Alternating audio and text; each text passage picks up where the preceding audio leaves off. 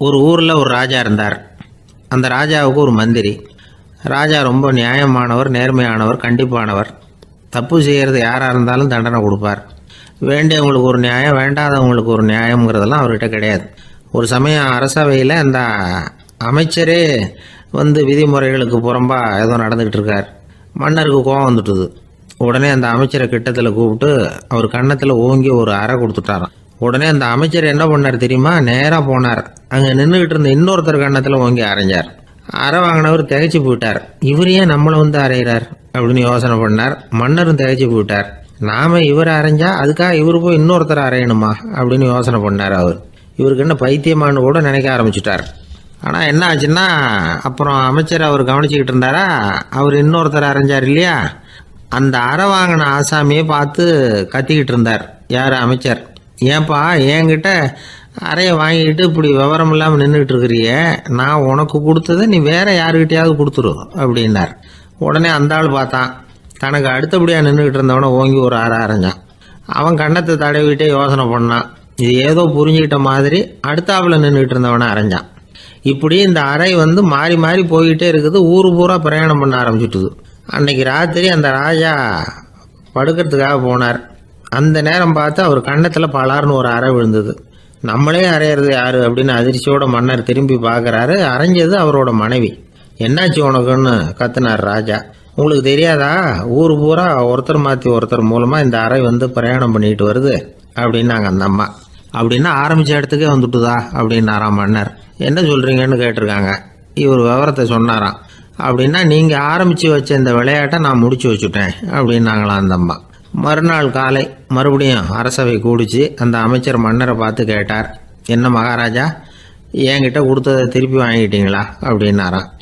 இப்படி நடக்கும்னு நான் எதிர்பார்க்கவே இல்லைன்னார் மன்னர். ஆனால் நான் எதிர்பார்த்தேன். அது எங்கே போயிட போகுது, ஊர் பூரா சுற்றி கடைசியில் உங்ககிட்ட தான் சேரும் அப்படிங்கிறது எனக்கு தெரியும் அப்படின்னார் அமைச்சர். இந்த கதை வேடிக்கையாக இருந்தால் கூட இதில் உள்ள கருத்து முக்கியமானது. இந்த உலகத்தில் பல கருத்துக்கள் இப்படி தான் மாறி மாறி சுற்றி வந்துக்கிட்டே இருக்குது. நம்மால் ஒருத்தன் தன்னுடைய நண்பன் ஒருத்தனை கடத்தரில் பார்த்தான். உடனே ஓடி போய் பலார்னு ஒரு அறை கொடுத்தானா. அவன் கன்னத்தை தடவிட்டு ஏன்டா என்ன அரைஞ்சேன்னு கேட்டிருக்கான். நீ ஏன்டா என்ன முட்டாள்னு என் மனைவிட்ட போய் சொன்னேன் அப்படின்ட்டுருக்கான் அவன். உன்னை ஒரு முட்டாள்னு சொன்னதுக்காகவா நீ என்ன அரைஞ்ச அப்படின்னு கேட்டிருக்கான் இவன். டேய், நான் அதுக்காக அறையலப்பா, அது ஒரு பெரிய ரகசியம். நான் முட்டாளுங்கிறது அந்த ரகசியத்தை நீ ஏன் எங்கள் வீட்டில் போய் சொன்னேன், அதுக்காக தான் அரைஞ்சேன் அப்படின்னு நானும் அவன்.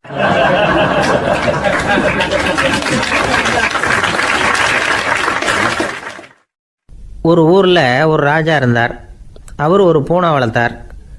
ரொம்ப செல்லமாக அவர் அந்த பூனையை வளர்த்தார். அவர் என்ன பண்ணுவார் தெரியுமா? இரவு நேரத்தில் அந்த பூனையோட தலையில் ஒரு விளக்கை வச்சுருவார். அந்த பூனை ரொம்ப ஜாக்கிரதையாக அந்த விளக்கு கீழே விழுந்துடாமல் பார்த்துக்கும். தலையை ஆட்டாமல் ரொம்ப நிதானமாக ராஜா பின்னாடி நடந்து போய்கிட்டே இருக்கும். அந்த விளக்கு வெளிச்சத்தில் எல்லா வேலைகளையும் செஞ்சுருவார். கையில் ஒரு விளக்கை தனியாக எடுத்துகிட்டு போக வேண்டிய அவசியமே இல்லை. விளக்கை தூக்கிட்டு போகிற வேலையை அந்த பூனை பார்த்துக்கும். அதனால் ராஜாவுக்கு அந்த பூனை மேலே ரொம்ப பிரியம். மந்திரிகளையெல்லாம் கூப்பிட்டு அவங்கக்கிட்ட சொல்லுவார், பார்த்தீங்களா இந்த பூனை எவ்வளவு விசுவாசமாக நடக்குது, என் பேரில் எவ்வளவு மரியாதை பார்த்தீங்களா அதுக்கு அப்படிம்பார். இதை கேட்டுவிட்டு அங்கிருந்த அமைச்சர்களில் ஒருத்தர் சொன்னார், மன்னா நீங்கள் சொல்கிறது சரிதான், இருந்தாலும் இந்த பூனையோட விசுவாசத்தை நாம் கொஞ்சம் சோதித்து பார்க்க வேண்டியிருக்கு அப்படின்னாராம். சரி, உங்கள் ஆசையை ஏன் கெடுக்கணும், நல்லா சோதித்து பாருங்கள் அப்படின்னு சொல்லிவிட்டார் ராஜா. உடனே அந்த அமைச்சர் என்ன பண்ணார் தெரியுமா? எங்கேயோ புறப்பட்டு போனார். ஒரு 5-6 எலிகளை பிடிச்சிட்டு வந்தார். அரண்மனையில் ராஜா ஏதோ வேலை பார்த்துக்கிட்டு இருக்கிறாரு. பக்கத்தில் அந்த பூனை ரொம்ப பணிவாக நின்றுக்கிட்டு இருக்குது. அது தலையில் விளக்கு எரிஞ்சிக்கிட்டு இருக்கு. அமைச்சர் தான் பிடிச்சிட்டு வந்த எலிகளை அந்த பூனை பார்வையில் படுறது மாதிரி எதிரில் விட்டார். அந்த எலிகள்லாம் அங்கேயும் இங்கேயும் ஓட ஆரம்பிச்சிது. அதை பார்த்தது பூனை. அவ்வளவுதான்.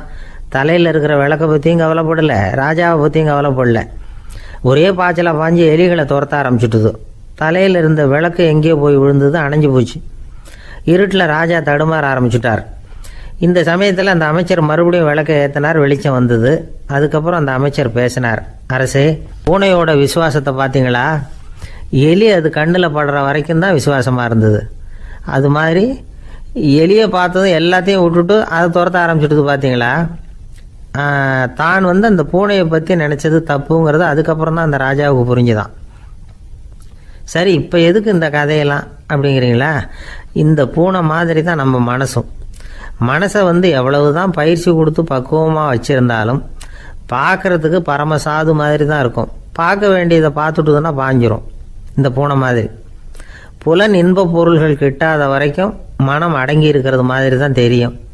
கொஞ்சம் வாய்ப்பு கிடைச்சாலும் அது குதிக்க ஆரம்பிச்சிடும், தப்பு பண்ண ஆரம்பிச்சிடும். பெரிய பெரிய முனிவர்கள் வாழ்க்கையில் நடந்த வீழ்ச்சி இதை தான் நிரூபிக்குது. புலன்களின் ஆற்றல் அதிகம், அதனால் மனக்கட்டுப்பாடு பயிற்சிகளில் ரொம்ப எச்சரிக்கையாக இருக்கணுங்கிறார் சுவாமி சிவானந்தர். மது பழக்கத்தையே விட்டுவிட்டேன்னு உறுதியாக இருப்பான். கடை கண்ணில் பட்டுவிட்டதுன்னா கால் அவனை கேட்காமலே இழுத்துக்கிட்டு உள்ளே போயிடும். இதுதான் மனசுங்கிறது. அதுதான் அந்த ராஜா வளர்த்த பூனை. நம்மால் ஒருத்தன் அந்த ராஜா பூனை தலையில் விளக்க வச்சது மாதிரி இவன் தன்னுடைய தலையிலேயே ஒரு விளக்கை ஏற்றி வச்சுக்கிட்டு என்னத்தையோ தேட ஆரம்பித்தான். தேடிக்கிட்டு இருக்கிறான். தலையை ஆட்டாமல் நிதானமாக நடந்து ரொம்ப நேரமாக தேடிட்டு இருக்கிறான். அந்த சமயம் அங்கே வந்த ஒருத்தர் என்னத்தை தேடுறீங்கன்னு கேட்டார். அதுதான் மறந்து போச்சு அப்படின்னு இழுத்தான். சரி, கொஞ்சம் இப்படி உட்காருங்க, ஞாபகம் வந்ததும் தேட ஆரம்பிக்கலாம் அப்படின்னார் அவர். இவன் கொஞ்ச நேரம் உட்காந்து யோசித்தான். அப்புறம் திடீர்னு எழுந்திரிச்சான். ஞாபகம் வந்துட்டுதுன்னா. என்னன்னு கேட்டார். எங்கள் வீட்டில் இருந்த விளக்கை எங்கே வச்சேன்னு தெரியல, அதை தான் தேடிக்கிட்டு இருக்கிறேன், ஏற்றி வைக்கலாம்னு பார்க்குறேன் அப்படின்னா.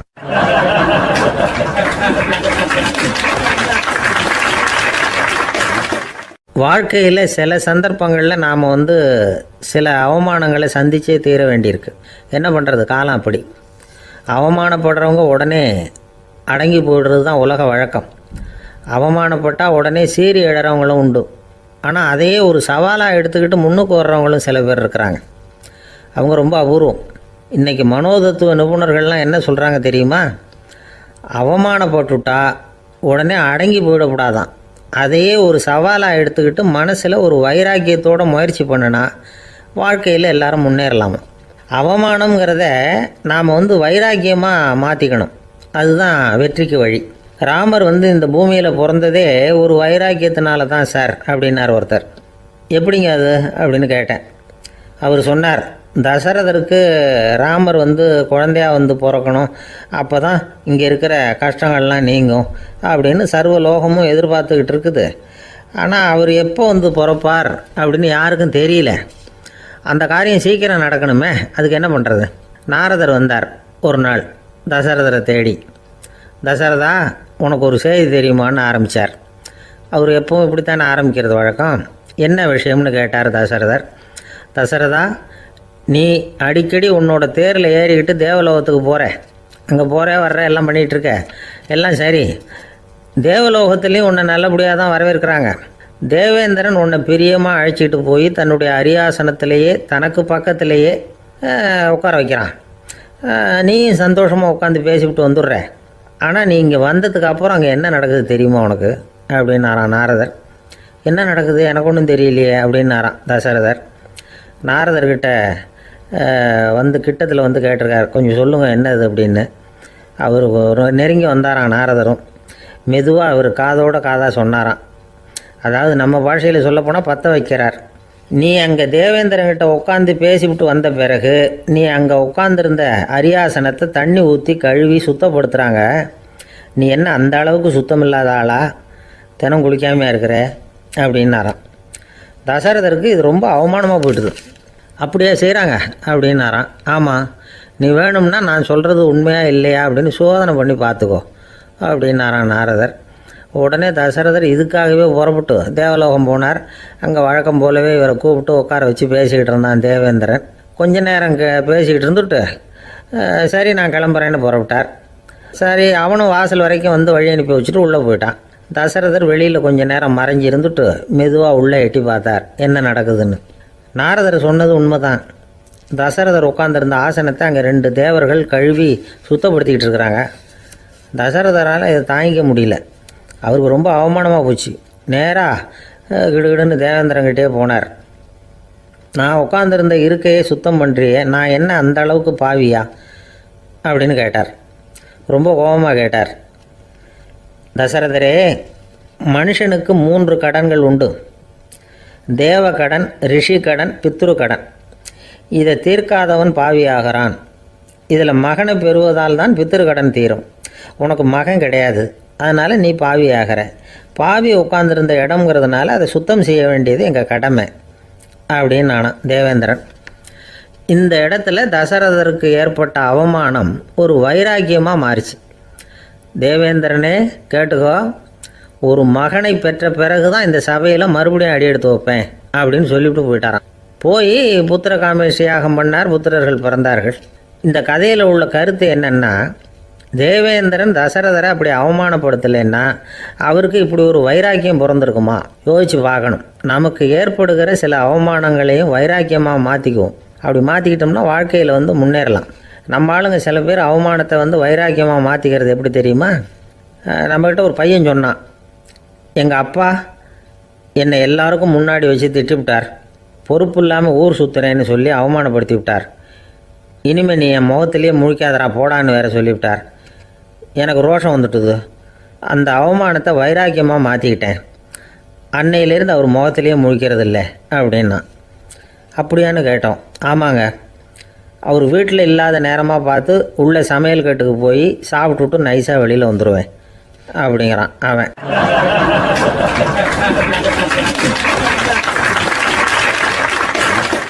எனக்கு இது மட்டும்தான் சார் தெரியும், இதை தவிர வேறு எதுவும் தெரியாது அப்படின்னு சொல்லிக்கிட்டே காலம் தள்ளுறவங்க ரொம்ப பேர்.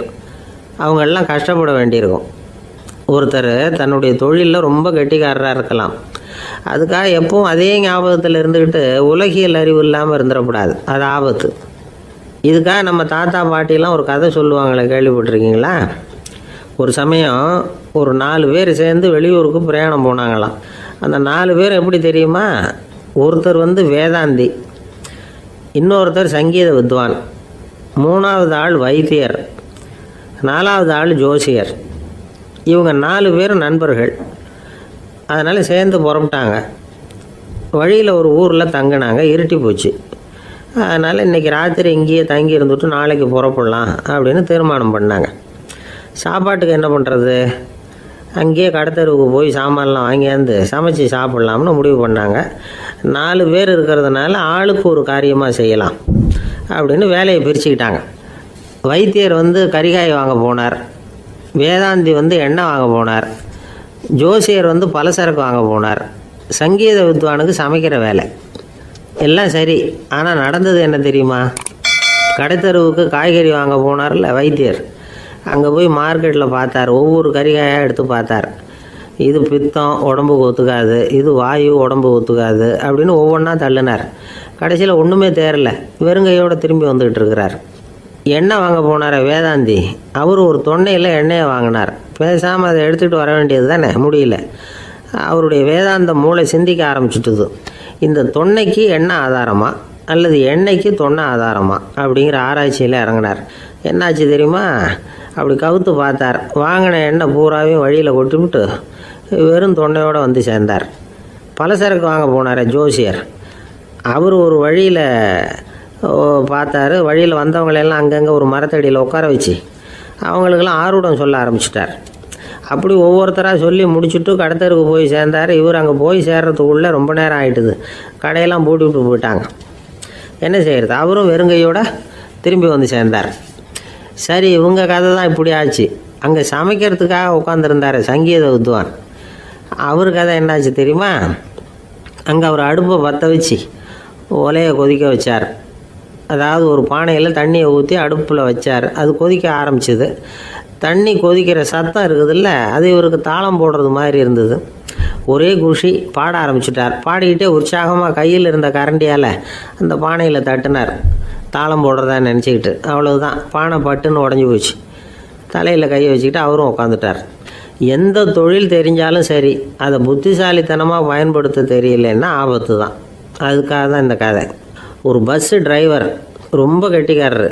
பஸ்ஸை ரொம்ப திறமையாக ஆபத்து இல்லாமல் ஓட்டினதுக்காக பரிசுலாம் வாங்கினவர். அவரே ஒரு படகு ஓட்டுறதுக்காக அழைச்சிட்டு போயிருக்கிறாங்க, மோட்டார் படகு. அதையும் ரொம்ப திறமையாக தான் ஓட்டிகிட்டு போயிருக்கிறாரு. நடுக்கடலில் போனதும் படகு நின்று போச்சு. மோட்டாரில் ஏதோ கோளாறு. என்ன செய்யலாம் அப்படின்னு அந்த டிரைவரை கேட்டிருக்கிறாங்க படகுல இருந்தவங்கெல்லாம். அப்போ அவர் சொன்னாராம், கவலைப்படாதீங்க, ஒன்றும் பிரச்சனை இல்லை, எல்லோரும் கொஞ்சம் கீழே இறங்கி பின்னாடி தள்ளுங்க, மோட்டார் ஸ்டார்ட் ஆகிடும் அப்படின்னாராம்.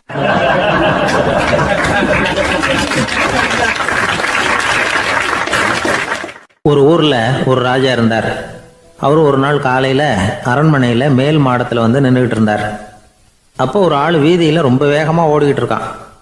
அதை ராஜா கவனிச்சார். அவன் மனசில் ஏதோ ஒரு தவிப்பு இருக்குங்கிறத புரிஞ்சுக்கிட்டார்.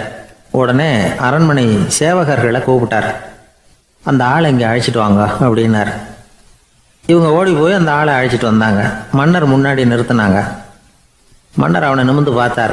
எதுக்காக இவ்வளவு வேகமாக ஓடிக்கிட்டு இருக்கிற அப்படின்னு கேட்டார். இதுக்கு அவன் சொன்னான், மன்னா, நம்ம கோட்டையின் வடக்கு வாசல் இருக்கு இல்லையா, அது ஓரமாக ஒரு பெரிய பாறாங்கல் கிடக்கு. அதுக்கு அடியில் நான் ஒரே ஒரு வெள்ளி நாணயத்தை புதைச்சி வச்சிருக்கேன். அது இப்போ எனக்கு தேவைப்படுது. என்னுடைய மனைவிக்கு ஒரு பரிசு வாங்கி கொடுக்க வேண்டியிருக்கு. அதுக்காக தான் அவசரமாக ஓடிக்கிட்டு இருக்கிறேன் அப்படின்னா. மன்னர் யோசனை பண்ணார். அப்புறம் சொன்னார், அதுக்காகவா இப்படி ஓடுற? பரவாயில்ல, அதை பற்றி கவலைப்படாத. நான் உனக்கு 10 வெள்ளி காசுகள் தர்றேன், வாங்கிட்டு திரும்பி போ அப்படின்னார். இவன் தலையை சொரிஞ்சான். மன்னா, நீங்கள் கொடுக்கறத ரொம்பவும் மகிழ்ச்சியோடு வாங்கிக்கிறேன். இருந்தாலும் அதுக்கப்புறம் அந்த வடக்கு வாசலுக்கு போய் அங்கே இருக்கிற ஒரு நாணயத்தையும் எடுத்துக்கிட்டு போயிடுறேனே அப்படின்னானா. இதை பாருப்பா, அந்த ஒரு நாணயத்தை மறந்துடு, உனக்கு 100 வெள்ளி நாணயங்கள் தரேன் இருக்கார். மன்னா, ரொம்ப மகிழ்ச்சி. உங்கள் மாதிரி தாராள குணம் வேற யாருக்கும் வராது. நீங்கள் கொடுக்குற 100 நாணயங்களையும் வாங்கிக்கிறேன். இருந்தாலும் வடக்கு வாசலுக்கு போய் அதையும் எடுத்துக்கிட்டா 101 ஆகிடுமே அப்படின்னானா. இதை பாருப்பா, அந்த ஒரு நாணயத்தை மறந்துடு, அது எக்கேடாவது கெட்டு போகட்டும். நான் உனக்கு 100 பொற்காசுகள் தரேன், அதையாவது வாங்கிட்டு வந்த வழியிலேயே திரும்பி போடுன்னாரான். தங்க நாணயங்களே தரேன்னு சொல்கிறீங்க, தாராளமாக வாங்கிக்கிறேன். இருந்தாலும் வடக்கு வாசலுக்கு போய் அப்படின்னு மறுபடியும் ஆரம்பித்தான். அரசர் வந்து பொறுமை இழந்துட்டார். கடைசியாக ஒரு முடிவுக்கு வந்துட்டார். இதை பாருப்பா, உனக்கு என்னுடைய ராஜ்யத்திலேயே பாதியை கொடுத்துட்றேன், அப்படியாவது திருப்தியாக திரும்பி போ அப்படின்னாராம். மன்னா, உங்களுடைய பெருந்தன்மைக்கு ஈடு இணையே கிடையாது. தேசத்திலேயே பாதி பிரித்து கொடுக்குறேன்னு சொல்கிறீங்க. அதனால் உங்ககிட்ட ஒரு சின்ன வேண்டுகோள் அப்படின்னானா. சொல்லுன்னாராம் மன்னர் ஆர்வமாக. இவன் மெதுவாக ஆரம்பித்தான். அப்படி இந்த ராஜ்யத்தை 2ஆக பிரிக்கிறப்போ அந்த வடக்கு வாசல் இருக்கிற பக்கத்தை என்கிட்டயே கொடுத்துருங்கோ அப்படின்னானா. மன்னர் அசந்து போயிட்டார். இந்த கதை எதுக்காகன்னு கேட்டால், மனம்ங்கிறது ஒரு குரங்குங்கிறத புரிஞ்சுக்கிறதுக்காகத்தான். உன்னை பிடிச்சிக்கிட்டா லேசில் விடாது. அப்படிப்பட்ட மனசை அறிவு தான் வழி நடத்தணும். அதில் தான் வாழ்க்கையின் வெற்றி அடங்கியிருக்குது. ஒரு சின்ன பையன் தெருவில் அழுதுகிட்டு இருந்தான். ஏன்பா அழுகுறேன்னு ஒரு பெரியவர் கேட்டார். 1 ரூபா காசை இங்கே தொலைச்சுட்டேன் அப்படின்னா. சரி, அதுக்காக அழாத, அதுக்கு பதிலாக 10 ரூபா தரேன், இந்தா வச்சுக்கோன்னு கொடுத்தாரு. அந்த 10 ரூபாயை வாங்கி சட்டப்பையில் போட்டுக்கிட்டு அதை விட அதிகமாக சத்தம் போட்டு அழ ஆரம்பிச்சுட்டான். மறுபடியும் ஏன்டா அழறேன்னு கேட்டார் பெரியவர். அந்த 1 ரூபாயும் கிடச்சிட்டுதுன்னா இப்போ என்கிட்ட 11 ரூபா இருக்குமே, இப்போ 10 ரூபா தானே இருக்குது அப்படின்னு சொல்லிவிட்டு அழறான்.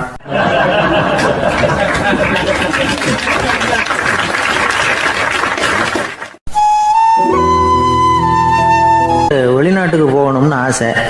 ஆனால் அவனுக்கு எந்த மொழியும் தெரியாது. இருந்தாலும் சமாளிச்சுக்கலாம்னு முடிவு பண்ணிட்டு கிளம்பிட்டான்.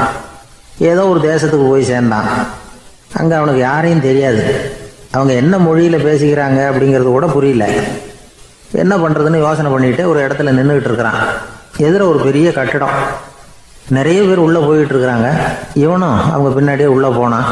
ஒரு பெரிய அறை, அலங்காரம்லாம் பண்ணி வச்சிருக்கிறாங்க. நிறைய பேர் சாப்பிட்றதுக்காக உட்காந்துருக்குறாங்க. இவனுக்கு நல்ல பசி, அதனால் இவனும் உட்காந்தான். சாப்பாடு போட்டாங்க, சாப்பிட்டான். அன்பான உபசரிப்பு.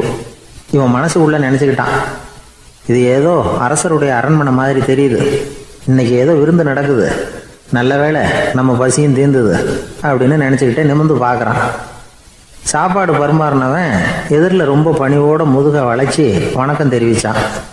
இவனும் எழுந்திரிச்சு நின்று முதுகை வளைச்சி வணக்கம் தெரிவித்தான். ரொம்ப நன்றின்னா. அவன் ஒரு சீட்டை இவன் கையில் கொடுத்தான். இவன் அதை வாங்கி பார்க்குறான். என்ன எழுதியிருக்குன்னு ஒன்றும் புரியல.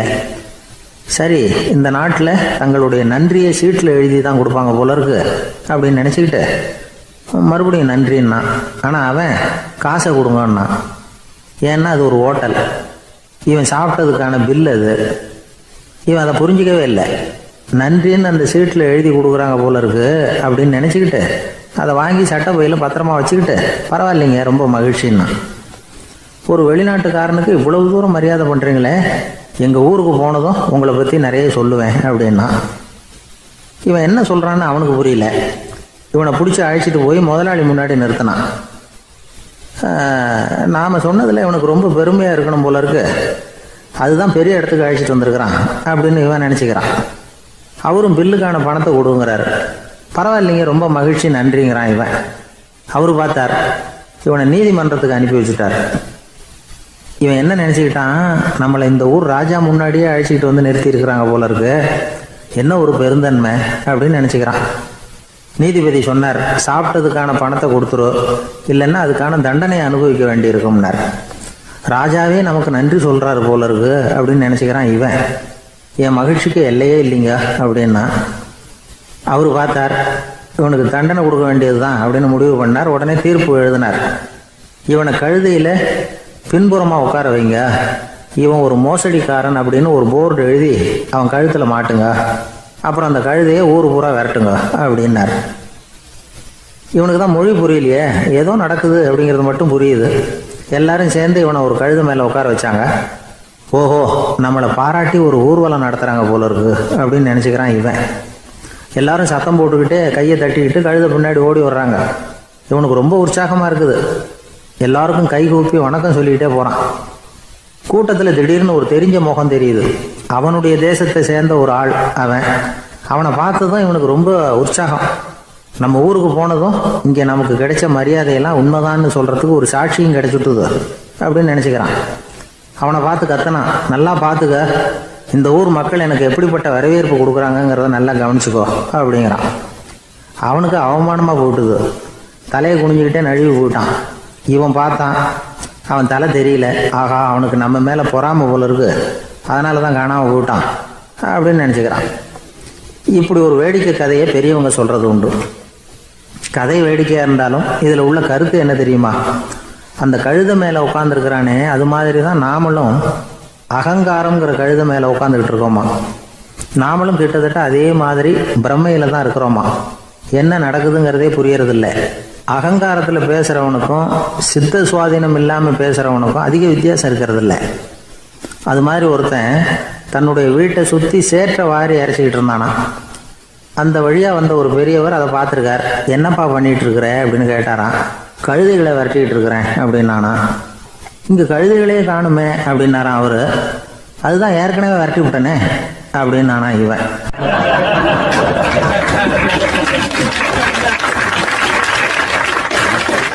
சங்கீத வித்வான்களில் பல வகை உண்டு.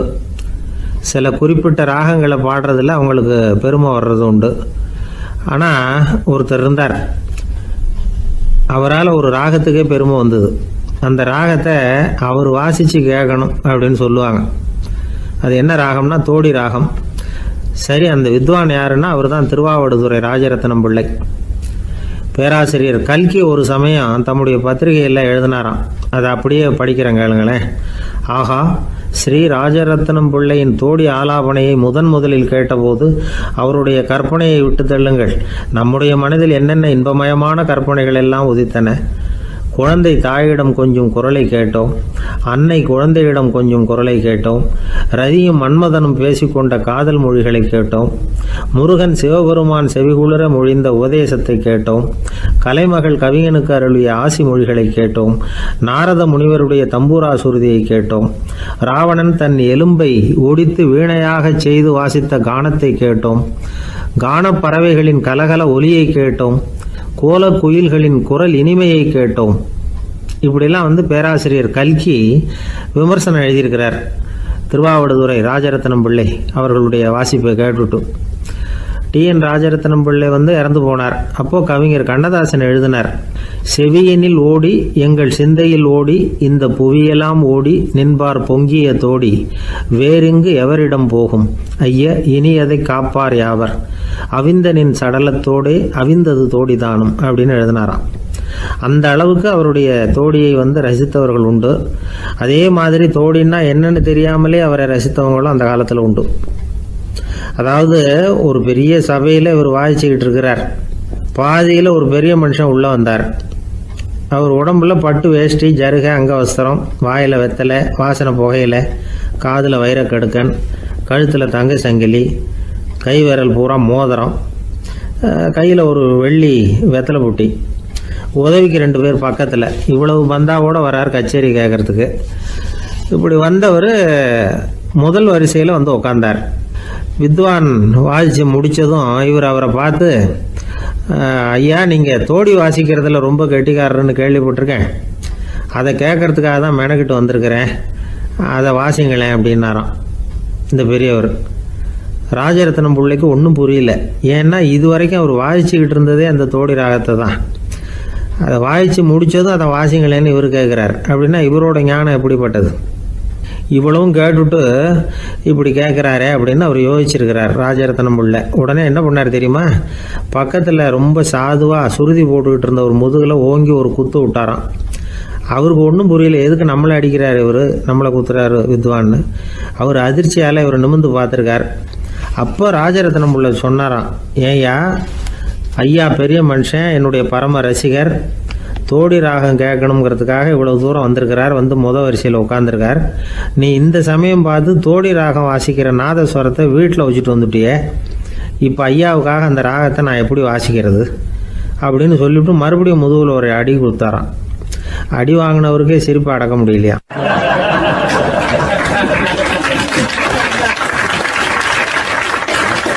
இமயமலை அடிவாரத்தில் ஒரு மடம். அங்கே ஒரு சன்னியாசி இருந்தார். அவர்கிட்ட ஒருத்தர் வந்தார். சுவாமி, ஆசையை உதற நினைக்கிறேன், முடியல, ஒட்டிக்கிட்டே வருது அப்படின்னாராம். இப்படி உட்கார, ஒரு கதை சொல்கிறேன் அப்படின்னு சொல்லி அவர் சொல்ல ஆரம்பித்தாராம். அவர் சொன்ன கதை என்னென்னா, ஒரு ஊரில் ஒரு ஆள் இருந்தான். அவன் பேர் குப்புசாமி. அவங்ககிட்ட எப்பவும் ஒரு பழைய தொப்பி இருக்கும், விடவே மாட்டான். அதனால் அவனை எல்லோரும் தொப்பி சாமி அப்படின்னு தான் கூப்பிடுறது வழக்கம். ஒரு புது தொப்பி வாங்கிக்கப்படாதாப்பா அப்படின்னு நண்பர்கள்லாம் சொல்லி பார்த்தாங்க. பணத்துக்கு எங்கே போவேன் அப்படின்னு விட்டானான். பணம் வச்சுருக்கான், செலவு பண்ண மனசு வரல, மகா கஞ்சன். பழைய பாட்டில்கள்லாம் வாங்கி விற்றுக்கிட்டு இருந்தான். அப்படி ஒரு தடவை பழைய கண்ணாடி சாமான்களை ஏலத்தில் எடுத்தப்போ அதில் ஒரு அருமையான சென்ட்டு பாட்டில் கிடச்சிது. உடனே ஒரு ஐடியா பண்ணான். அந்த சென்ட்டை வந்து சின்ன சின்ன பாட்டில்களில் அடைச்சி ஜன்னல் ஓரமாக அடுக்கி வச்சுட்டான். அதை விற்றா நிறைய பணம் கிடைக்குமே. அதனால் இதுக்கு இடையில் ஒரு நாள் அவன் வந்து அப்படியே உட்காந்துருந்தான். அந்த நேரம் நண்பன் வந்தான். ஏண்டா, உன் பழைய தொப்பியை மாற்றப்படாதா, ஊரில் எல்லோரும் கேலி பேசுகிறாங்களே ஒன்று தொப்பி சாமின்னு அப்படின்னு சொல்லி கேட்டிருக்கான். இந்த சென்ட்டு பாட்டில் விற்றதும் பணம் வரும், அதுக்கப்புறம் பார்க்கலாம் அப்படின்னு நானா இவன். சரி வா, நீச்சல் குளத்துக்கு போயிட்டு வருவோம் அப்படின்னு கூப்பிட்ருக்கான் நண்பன். 2 பேரும் போனாங்க. அதே நேரம் அந்த ஊர் நீதிபதியும் அங்கே குளிக்க வந்தாராம். அவர்கிட்ட இருந்தது விலை வசந்த ஒரு புது தொப்பி. அதை அங்கே இருந்த ஸ்டாண்டில் மாட்டிவிட்டு குளிக்க போனார். இதுக்கிடையில் குப்புசாமி குளிச்சுட்டு வந்தான். அவனுடைய பழைய தொப்பியை காணலை. அந்த புது தொப்பியை பார்த்தா இது நண்பனுடைய வேலை தான் அப்படிங்கிறதாக புரிஞ்சுக்கிட்டு அதை எடுத்து மாட்டிகிட்டு வந்துட்டான். நீதிபதி குளிச்சுட்டு வந்து பார்க்குறாரு, தொப்பியை காணும். போலீஸில் புகார் கொடுத்தார். அவங்க வந்து தேடினாங்க. ஒரு மூலையில் பழைய தொப்பி கிடச்சிது. அடடா, இது நம்ம குப்புசாமியோட தொப்பி இல்லையா அப்படின்னு நானா ஒருத்தன்.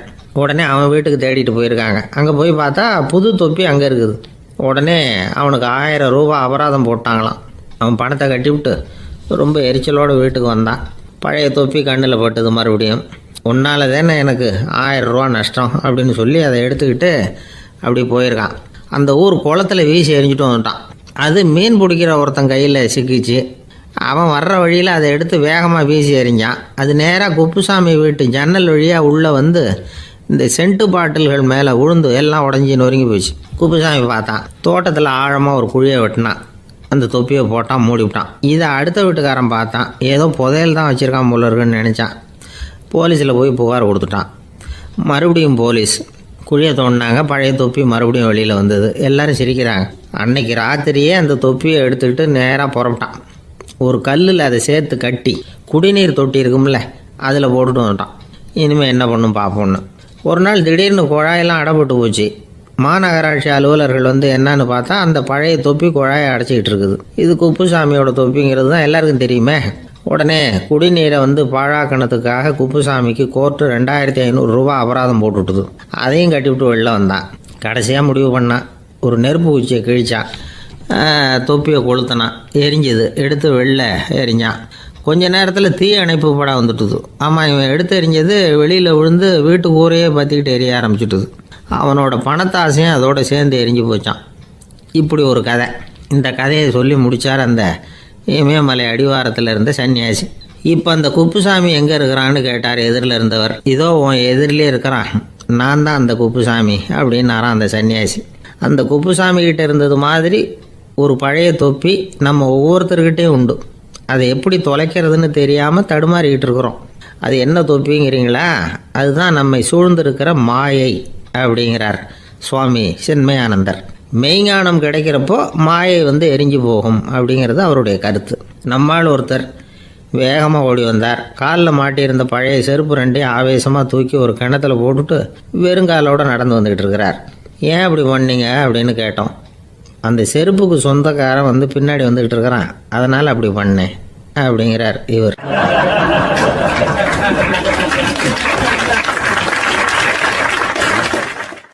ஒரு கடைக்கு போனேன், 5 ரூபா பணத்தை எடுத்து கொடுத்தேன். ஒரு தினசரி பத்திரிகையை கேட்டேன். அவர் உடனே அங்கே அடுக்கி வச்சுருந்த பத்திரிகையில் ஒன்று எடுத்து என் கையில் கொடுத்தார். வாங்கிக்கிட்டேன்.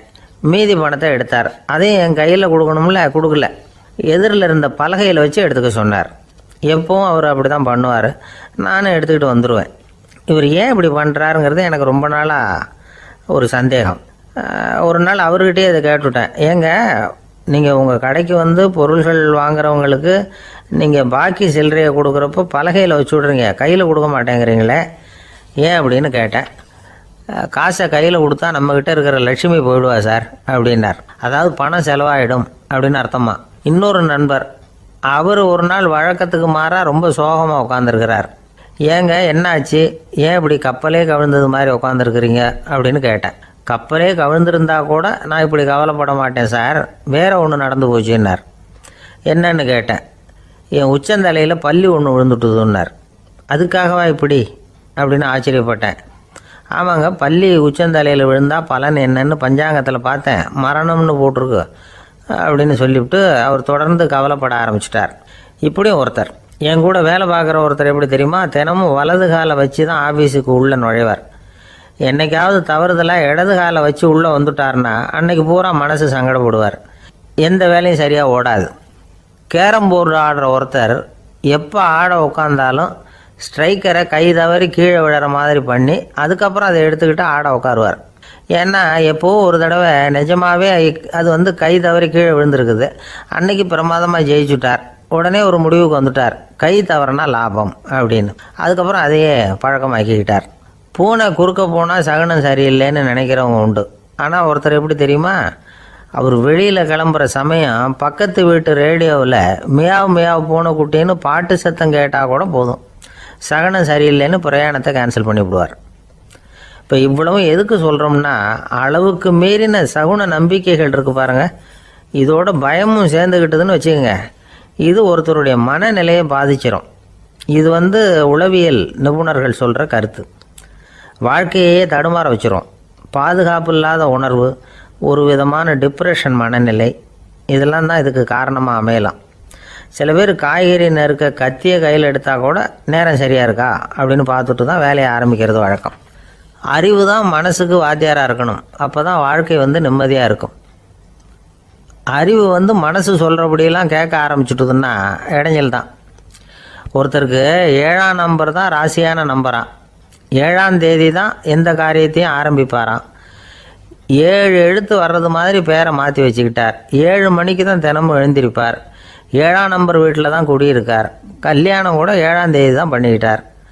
அவர் ஒரு நாள் குதிரை பந்தயத்துக்கு போனாராம். குதிரையோட பேரையெல்லாம் பார்த்தார். ஒரு குதிரையோட பேர் 7 எழுத்தில் அமைஞ்சிருந்தது.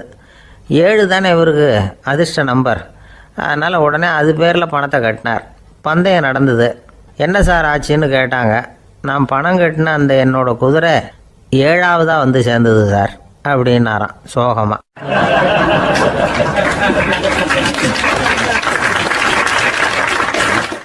இந்த உலகத்தில் நாம் நல்லபடியாக இருக்கணும்னா அதுக்கு முக்கியமாக தேவைப்படுறது 2. ஒன்று செல்வம், இன்னொன்று அறிவு. சரி, இது 2ல் சிறந்தது எது அப்படின்னு ஒரு கேள்வி கேட்டால் என்ன பதில் சொல்கிறது? இதே கேள்வியை ஹஸ்ரத் அலி அவர்கள்கிட்ட கேட்டாங்களாம். அவர் ஒரு பெரிய அறிஞர். கேள்வி கேட்டவங்களும் சாதாரண ஆட்கள் இல்லை, இவங்களும் அறிஞர்கள். ஒரு நாள் ஹஸ்ரத் அலி அவர்கள்கிட்ட 10 அறிஞர்கள் வந்தாங்களாம். ஐயா, நாங்கள் 10 பேரும் உங்ககிட்ட ஒரே கேள்வி தான் கேட்க வந்திருக்கிறோம். ஆனால் எங்கள் 10 பேருக்கும் நீங்கள் தனித்தனியாக பதில் சொல்ல முடியுமா அப்படின்னு கேட்டிருக்காங்க. அதாவது அவங்க ஒரே கேள்விக்கு இவர்கிட்ட இருந்து 10 விதமான பதில் எதிர்பார்க்குறாங்க. சரி கேளுங்க, என்ன கேள்வி அப்படின்னார் அவர். அப்போ தான் அவங்க கேட்டாங்களாம், செல்வம் அறிவு இது ரெண்டில் சிறந்தது எது? இதுதான் கேள்வி. ஹஸ்ரத் அலி என்ன பண்ணார் தெரியுமா? அவங்கள ஒவ்வொருத்தராக கூப்பிட்டார். ஒவ்வொரு விதமான பதிலை சொல்லி அனுப்புனார். முதல்ல ஒருத்தரை கூப்பிட்டார், சொன்னார், அறிவுங்கிறது தீர்க்கதரிசிகள், ஞானிகள், மகான்கள் இவங்களோட பரம்பரை சொத்து. ஆனால் செல்வங்கிறது கொடுங்கோலரின் ஆயுதம். அதனால் அறிவு தான் சிறந்தது அப்படின்னார். ரெண்டாவது ஆளை கூப்பிட்டார். உங்ககிட்ட செல்வம் இருந்தால் நீங்கள் தான் அதை காப்பாற்றணும். ஆனால் அறிவு உங்களை எப்பவும் காப்பாற்றும். ஆகவே அறிவு தான் சிறந்தது அப்படின்னார். மூணாவது ஆளை கூப்பிட்டார். செல்வந்தனுக்கு எப்போதும் விரோதிகள் அதிகம், ஆனால் அறிஞனுக்கு நண்பர்கள் அதிகம். அதனால் அறிவு தான் சிறந்ததுன்னார். அடுத்தவரை கூப்பிட்டார். செல்வம் அடுத்தவங்களுக்கு கொடுக்க கொடுக்க குறையும், ஆனால் கல்விங்கிறது அதிகரிச்சுக்கிட்டே வரும், கொடுக்கறதுனால குறையாது. அதனால் அறிவு தான் சிறந்ததுன்னார். இன்னொருத்தரை கூப்பிட்டார். அறிவுள்ளவன் எப்பவும் அதை அடுத்தவங்களுக்கு வாரி வழங்கிக்கிட்டே இருப்பான். அதனால் அவங்ககிட்ட தாராளத்தன்மை இருக்கும். ஆனால் செல்வந்தன்கிட்ட கஞ்சத்தனம் தான் இருக்கும். அதனால் அறிவு தான் சிறந்ததுன்னார். ஆறாவது நபரை கூப்பிட்டார். செல்வத்தை கள்வர்கள் திருடிட்டு போக முடியும், ஆனால் அறிவை அப்படி திருடிட்டு போக முடியாது அப்படின்னார். ஏழாவது நபரை கூப்பிட்டார். செல்வம் கால ஓட்டத்தில் அழிஞ்சிரும், ஆனால் அறிவை கால ஓட்டம் ஒன்றும் பண்ண முடியாது. ஆகவே அறிவே சிறந்ததுன்னார். எட்டாவது ஆளை கூப்பிட்டு சொன்னார், செல்வத்துக்கு எப்பவும் எல்லை உண்டு, நிறை உண்டு, அளவு உண்டு, கணக்கு உண்டு. ஆனால் அறிவுக்கு அப்படிப்பட்ட எல்லை எதுவும் கிடையாது. அதனால் அதுதான் சிறந்ததுன்னார். அடுத்தவனை கூப்பிட்டார். செல்வம் உள்ளத்தில் உள்ள ஒளியை போக்கிவிடும், இருட்டை உண்டாக்கிவிடும், விரிந்த மனப்பான்மையை குறுகலாக்கிவிடும். ஆனால் அறிவு அப்படி இல்லை, இருண்ட உள்ளத்தில் ஒளியை பாய்ச்சி அதை விசாலப்படுத்துது. அதுதான் சிறந்ததுன்னார். கடைசியாக 10வது நபரை கூப்பிட்டார். செல்வம் மனசில் செருக்கை உண்டாக்குது, ஆணவத்தை ஏற்படுத்துது. அதனால் நானே கடவுள்னு நினைக்கிற அளவுக்கு மனுஷனை தாழ்த்தி விடுது. ஆனால் அறிவு பணிவையும் பண்பாட்டையும் வளர்க்குது. அதனால் அறிவு தான் சிறந்ததுன்னார். ஆக இப்படி 10 பேருக்கும் 10 விதமாக பதில் சொன்னது மூலமாக ஹஸ்ரத் அலி அவர்கள் அறிவு தான் செல்வத்தை விட சிறந்தது அப்படிங்கிறதுக்கு 10 காரணங்களை சுட்டி காட்டியிருக்கார். அந்த அறிஞர் 10 பேர் கேட்ட ஒரே கேள்விக்கு 10 பதில் சொன்னார். நமக்கு வேண்டிய ஒருத்தர் 10 பேர் கேட்ட கேள்விக்கு ஒரே பதில் சொல்லி சமாளித்தார். கேள்வி என்ன தெரியுமா? என்கிட்ட வாங்கின கடனை எப்போயா திருப்பி கொடுக்க போகிற? இதுதான் அந்த 10 பேரும் கேட்ட ஒரே கேள்வி. இந்த மாதம் 26ஆம் தேதி தந்துடுறேன் அப்படிங்கிற ஒரே பதில் சொல்லி அவ்வளவு பேரையும் இவர் அனுப்பி வச்சுட்டாராம். எல்லாரும் போனதுக்கப்புறம் இவரை தனியாக கூப்பிட்டு கேட்டிருக்கிறாங்க. அது என்ன சார் கணக்கு, 26ஆம் தேதி அன்னைக்கு என்ன அதிசயம் நடக்க போகுது அப்படின்னு கேட்டிருக்காங்க. அதிசயம் அன்னைக்கு இல்லை, அதுக்கு முத நாளே நடக்க போகுதுன்னாராம். விவரமாக சொல்லுங்கன்னு இருக்காங்க. வேற ஒன்றும் இல்லைங்க, 26ஆம் தேதி தானே எல்லாரையும் வர சொல்லியிருக்கிறேன், அதுக்கு முத நாளே நான் புறப்பட்டு தலைமறைவாயிட போகிறேன் அப்படின்னாராம் ரொம்ப பெருமையாக.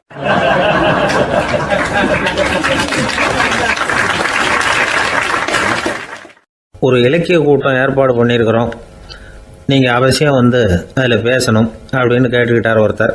வேணாங்க, 4 பேருக்கு முன்னாடி நிற்கிறதுனா எனக்கு ரொம்ப கூச்சமாக இருக்கும் அப்படின்னாரு இவர்.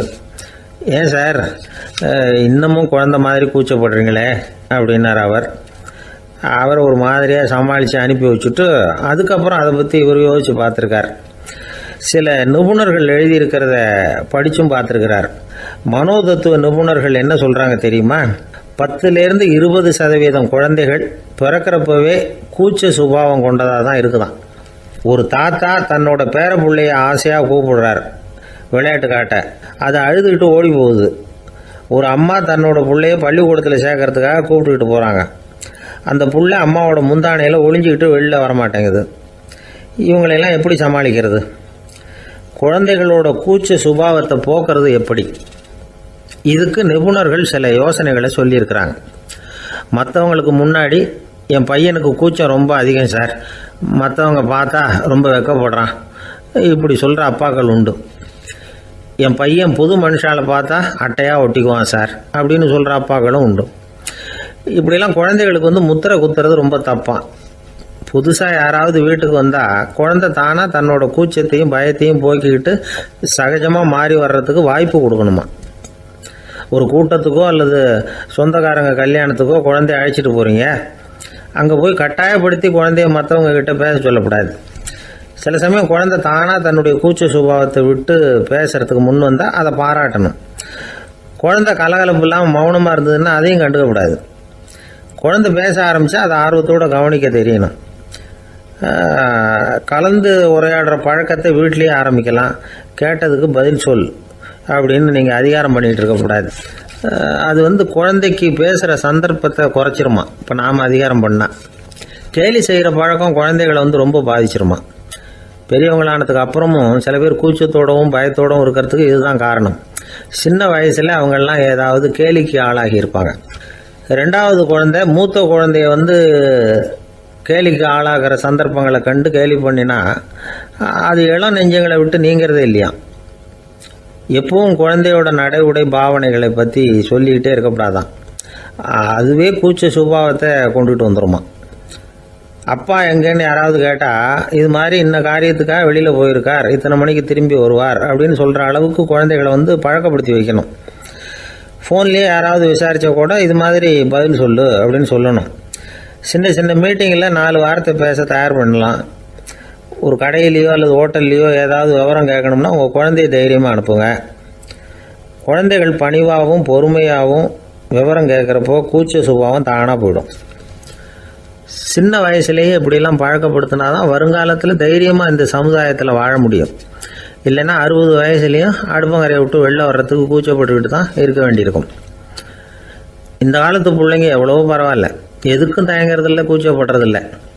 ஒரு அம்மா அடுப்பங்கரையிலேருந்து சத்தம் போட்டாங்க, டேய் ராமு, தயவு பண்ணி அந்த டிவியை நிறுத்துறா, அந்த பெண்ணோட குரல் மகா மோசம், அடுப்பங்கரையில் இருக்கிற என்னாலேயே அதை சகிச்சிக்க முடியல அப்படின்னாங்களாம். உடனே பையன் கொஞ்சம் கூட தயங்காமல் பதில் சொல்கிறான், அம்மா இந்த குரல் டிவியிலேருந்து வரல, எழுத்த விட்டு மாமி தான் இங்கே வந்திருக்கிறாங்க, அவங்க தான் இப்போ என்னோட பேசிக்கிட்டு இருக்கிறாங்க அப்படின்னு நானும்.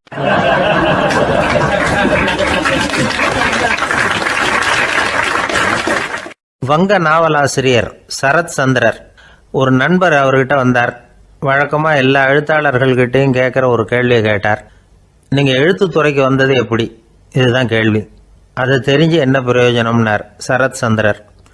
சும்மா சொல்லுங்களேன், தெரிஞ்சுக்கிறேன் அப்படின்னார் வந்தவர். சரி சொல்கிறேன்னு ஆரம்பித்தார்.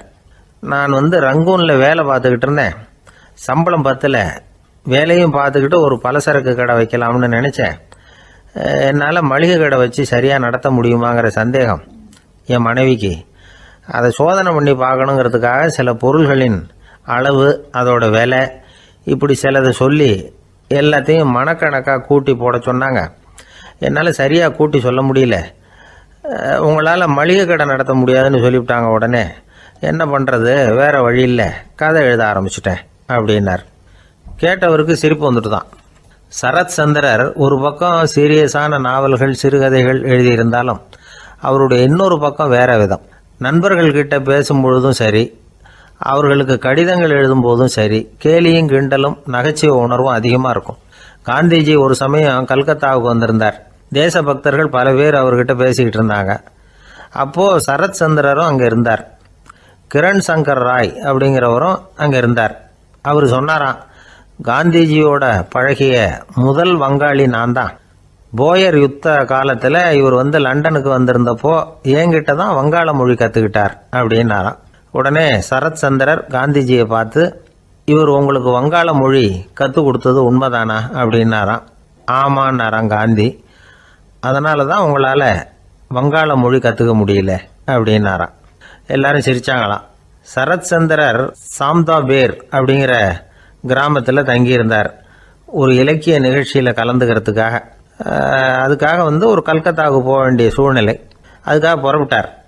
அந்த சமயத்தில் பின்னாடி இருந்து யாரோ அவரை கூப்பிட்டாங்க. இப்படி கூப்பிட்டவரை பார்த்து இன்னொருத்தர் யாரோ அதட்டி இருக்கிறாங்க. போகிறவரை ஏன் இப்படி கூப்பிடுறீங்க அப்படின்னு. ஏன் கூப்பிட்டா என்னன்னு கேட்டிருக்கார் சரத் சந்திரர். புறப்படுறவங்கள பின்னாடி இருந்து கூப்பிடுறது அபசகுனம், போகிற இடத்துல ஏதாவது ஆபத்து வரலாம் அப்படின்னு அதுக்கு விளக்கம் கொடுத்துருக்கிறார் அவர். உடனே சரத் சந்திரர் சொன்னாராம், இதோ இவங்க என்ன இலக்கிய கூட்டத்துக்கு அழைச்சிட்டு போகிறாங்களே, இதை விட வேற என்ன ஆபத்து வந்துட போகுது அப்படின்னாராம். இப்படி சரத் சந்திரருக்கு இயல்பாகவே நகைச்சுவை உணர்வு உண்டு. அவருடைய நண்பர் ஒருத்தர் வீட்டுக்கு கூப்பிட்டுருந்தார். அங்கே ஒரு கச்சேரிக்கு ஏற்பாடு பண்ணியிருந்தாங்க. சரத் சந்திரருக்கு இயல்பாகவே கச்சேரியில் நீண்ட ஆலோசனையெல்லாம் கேட்கறதுக்கு பொறுமை இருக்காது. அதனால் மெதுவாக பாட போகிறவர் எப்படி அப்படின்னு கேட்டிருக்கார். அவருக்கு ரொம்ப நல்லா பாட தெரியும் அப்படின்னு சொல்லியிருக்கிறாங்க. அதுக்கு சரத் சந்திரர், பாட தெரியுங்கிறது சரி, பாட்டை நிறுத்த தெரியுமா, அதை சொல்லுங்க முதல்ல அப்படின்னாராம்.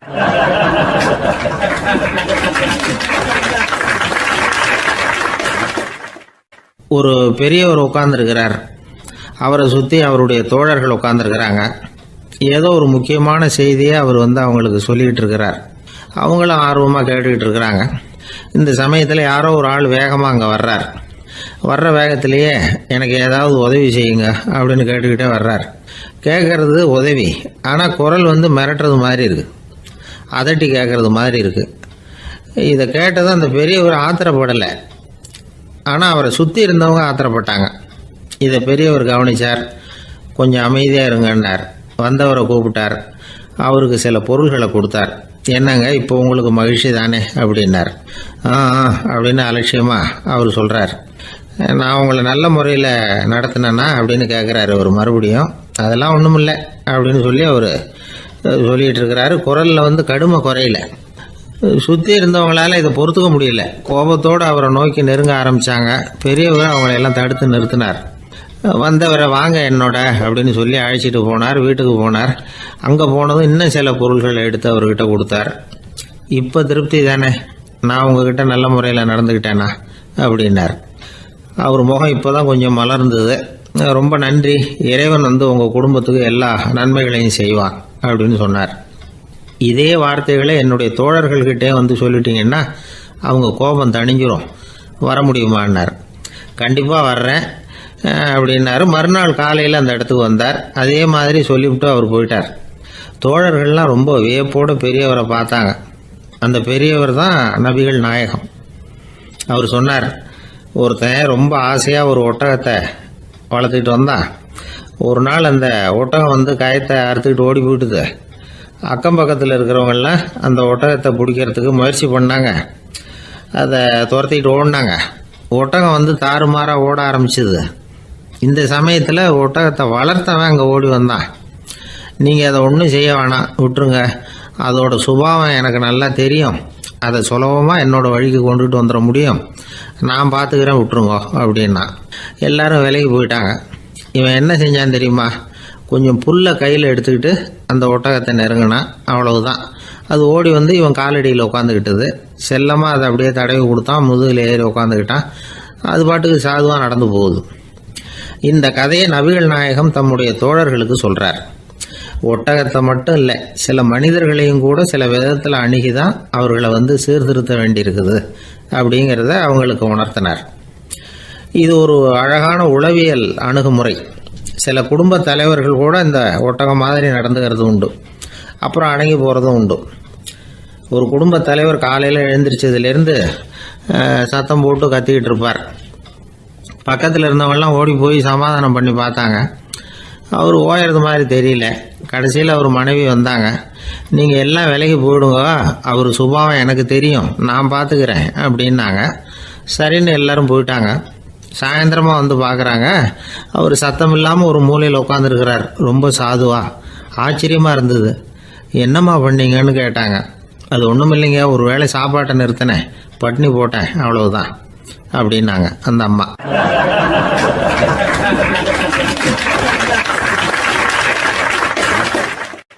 அமெரிக்க ஜனாதிபதி ஆப்ரஹாம் லிங்கன் ஒரு நாள் தன்னோட கோச்சு வண்டியில் தலைநகரான வாஷிங்டனுக்கு போயிட்டு இருக்கிறார்.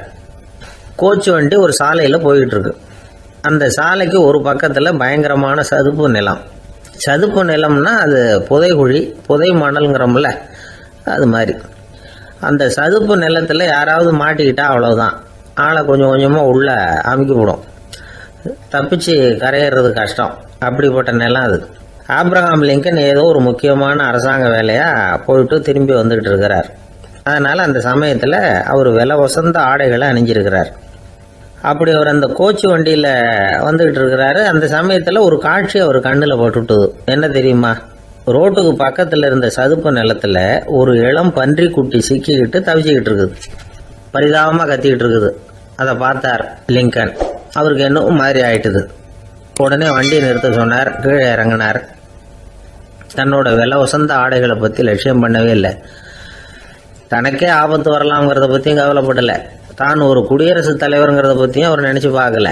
நேராக அந்த சதுப்பு நிலம் பக்கமாக போனார். அந்த சேத்துல இறங்கி பன்றிக்குட்டியை காப்பாற்றி கரைக்கு கொண்டுட்டு வந்து சேர்த்துட்டார். அதுக்கப்புறம் நிம்மதியாக கோச்சு வண்டியில் ஏறி வெள்ள மாளிகைக்கு வந்து சேர்ந்தார். ட்ரெஸ்ஸு உடம்பு பூரா சேரு சகதி. பார்க்குறவங்களுக்கெல்லாம் ஆச்சரியமாக போச்சு. அவங்களுக்கு ஒன்றும் புரியல. இவர் நேராக ட்ரெஸ்ஸு மாற்றிக்கிறதுக்காக போனார். கோச்சு வண்டி ஓட்டிகிட்டு வந்தவங்கிட்ட போய் எல்லாரும் கேட்டாங்க என்ன ஆச்சு அப்படின்னு. அவர் வர்ற வழியில் நடந்த விவரத்தை சொன்னார்.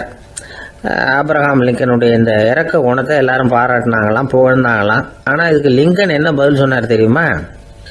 தயவு பண்ணி இந்த புகழ்ச்சியான பேச்சையெல்லாம் ஒதுக்குங்க, அதெல்லாம் வேணாம்.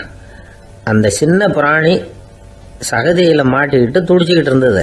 அதை பார்த்தேன். உடனே என்னுடைய இதயத்தில் ஒரு முள்ளு தைச்சது மாதிரி ஒரு உணர்வு. அந்த முள்ளை பிடுங்கி எறிஞ்சேன், அவ்வளவுதான்.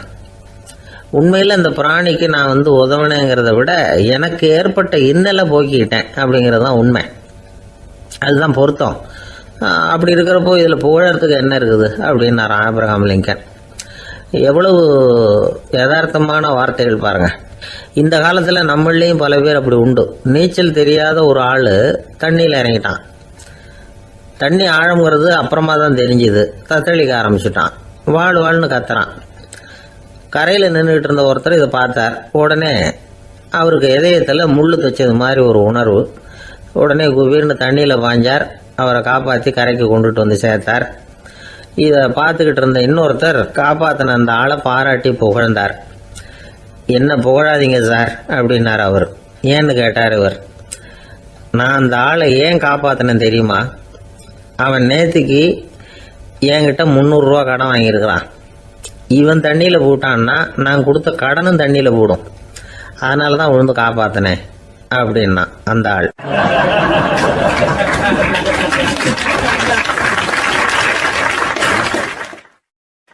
ஒருத்தர் இருக்கார். நல்ல உத்தியோகத்தில் தான் இருக்கிறார். ஆனால் எப்போ பார்த்தாலும் முகத்தை வெறுப்பாக வச்சிருப்பார். அப்படியே வருவார் போவார். ஏன் சார் இப்படி இருக்கிறீங்க அப்படின்னு விசாரித்தோம். ஏன்டா இந்த வேலைக்கு வந்தோம்னு இருக்கு சார் அப்படின்னார். உங்கள் வேலை உங்களுக்கு பிடிக்கலையா அப்படின்னு கேட்டோம். இல்லைன்னார். இப்படிப்பட்டவங்க வெற்றிகரமான வாழ்க்கை வாழ முடியாது. இது நிபுணர்கள் கருத்து. வேலையை நேசிக்க தெரிந்தவர்கள் வெற்றி பெறுவார்கள் அப்படிங்கிறாங்க அவங்க. எந்த துறையாக இருந்தாலும் சரி, அந்த துறையில் வெற்றிகரமாக இருக்கிறவங்கள விசாரித்து பாருங்கள். எனக்கு என்னுடைய வேலை ரொம்ப பிடிக்கும் அப்படின்னு சொல்கிறவங்களா தான் இருப்பாங்க. அப்படி இருந்தால் தான் அது வெற்றிகரமாக இருக்க முடியுது அவங்களால. ஒருத்தனுக்கு பிடித்தமான பொழுதுபோக்கே அவனுடைய தொழிலாக இருந்துட்டுதுன்னா அவனை மாதிரி கொடுத்து வச்சவன் வேற யாரும் இல்லை அப்படிங்கிறார் பெர்னாட் ஷா. ஒரு தடவை மன்னர் ஹுமாயூன் உயிரை தண்ணீர் முண்டு ஊற்றுகிற தொழிலாளி ஒருத்தர் காப்பாற்றினாராம் அந்த ஹுமாயூன் உயிரை. உடனே மன்னர் கேட்டிருக்கார், உனக்கு என்ன வேணும்னாலும் கேளு தரேன், உயர் பதவி வேணுமா அப்படின்னு கேட்டாராம். மன்னா, மக்களின் தாகம் தீர்க்கக்கூடிய இந்த பணியை விட உயர்ந்தது உண்டா அப்படின்னாராம் அந்த தொழிலாளி. அவரால் அவருடைய வேலையை நேசிக்க முடிஞ்சுது. அதனால் மகிழ்ச்சியாக இருக்க முடிஞ்சுது. நாமெல்லாம் அப்படி இல்லை. வேலை கிடைக்கிற வரைக்கும் கிடைச்சா போதும் அப்படின்னு இருக்கோம். கிடைச்சதுக்கப்புறம் ஏன்டா அந்த வேலைக்கு வந்தோம்னு ரொம்பவும் அழுத்துக்குவோம். சரி, நாம் இருக்கிற இடத்துல நாம் வெற்றிகரமாக இருக்க வழி உண்டா அப்படின்னா உண்டுன்னு சொல்கிறாங்க. அதாவது மன இயல் நிபுணர்கள் இருக்கிறாங்க இல்லையா, அவங்க அதுக்கு முக்கியமாக 6 வழிகள் சொல்கிறாங்க. நீங்கள் ஒரு அலுவலகத்தில் வேலை பார்க்குறவரா அப்படின்னா இதை கேளுங்க. அதாவது உங்கள் மேலதிகாரி எதிர்பார்ப்புக்கு தகுந்த மாதிரி உங்கள் வேலை இருக்குதா? அப்படி இல்லைன்னா முதல்ல உங்கள் வேலையின் தரம் உயரணும். உங்களுக்கு மேலே கீழே வேலை பார்க்குற பணியாளர்கள்கிட்ட நல்ல விதமாக பழகிறீங்களா? அந்த உறவு முறையில் ஏதாவது குறை இருந்தால் அதை கண்டுபிடிச்சி சரி பண்ணுங்க. நம்பிக்கைக்கு உரியவர் அப்படின்னு நீங்கள் பேர் எடுக்கணும். நீங்கள் எடுக்கிற முடிவு நல்ல முடிவாக தான் இருக்கும் அப்படின்னு அடுத்தவங்க சொல்லணும். உங்கள் தோற்றத்துக்கு முக்கியத்துவம் கொடுங்க. இது மனம் உடல் ரெண்டும் சம்மந்தப்பட்டது. அதனால் மனசையும் ஆரோக்கியமாக வச்சுருக்கணும், உடம்பையும் ஆரோக்கியமாக வச்சுருக்கணும். உங்களுடைய நிர்வாகம் செயல்படுற விதத்தை நல்லா புரிஞ்சு வச்சுக்கணும். உங்களுடைய நிர்வாகம் இப்போ ஒரு காரியம் செய்யுதுன்னு வச்சுங்க, ஏன் அப்படி செய்யுது, எதுக்காக அப்படி செய்யுது, அதனுடைய குறிக்கோள் என்ன, அது நீடிக்கிறதுக்கு காரணம் என்ன, இதெல்லாம் தெரிஞ்சுக்கணும். சிரிப்புக்கு வஞ்சகம் பண்ணக்கூடாது, நல்லா சிரிக்கணும், அப்போ தான் அது திரும்ப கிடைக்கும். கடந்த கால தோல்வியை பற்றி கவலைப்படக்கூடாது. முதலாளி விருப்பம் தெரிஞ்சு நடந்துக்கிறது நல்லது தான். அதுக்காக காக்கா பிடிக்கணுங்கிற அவசியம் இல்லை. உங்களுக்கு ஒரு பொறுப்பான வேலை கிடைக்குது, உடனே சத்தம் குழப்பம் அப்படின்னு சூழ்நிலையை இறுக்கமாக ஆக்கிடக்கூடாது. எந்த சூழலையும் இயல்பாக கையாளக்கூடியவர் அப்படிங்கிறத காட்டணும். இதெல்லாம் உங்கள் துறையில் நீங்கள் வெற்றி பெற நிபுணர்கள் சொல்கிற யோசனைகள். இவ்வளவு விவரமும் சொல்லிவிட்டு ஒருத்தரை பார்த்து கேட்டோம், இப்போ சொல்லுங்கள், நீங்கள் செய்கிற வேலை உங்களுக்கு பிடிச்சிருக்குதா அப்படி